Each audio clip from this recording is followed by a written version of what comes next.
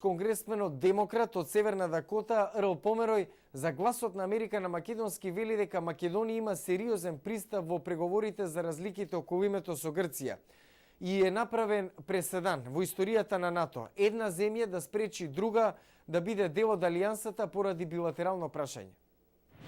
I believe that Macedonia is the name of the country of Macedonia.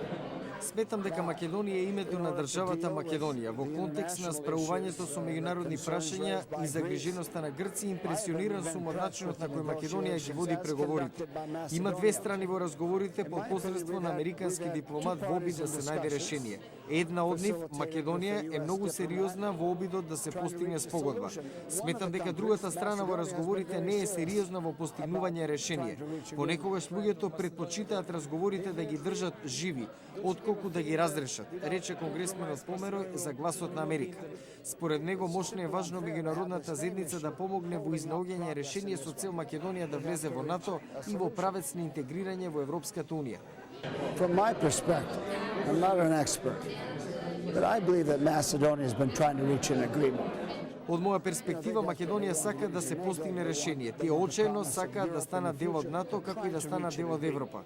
Мислам дека Грција има заземено премногу цврст став и според мене тоа не носи добро никому. Според Померој, во случајот со Македонија е направен многу лош преседан.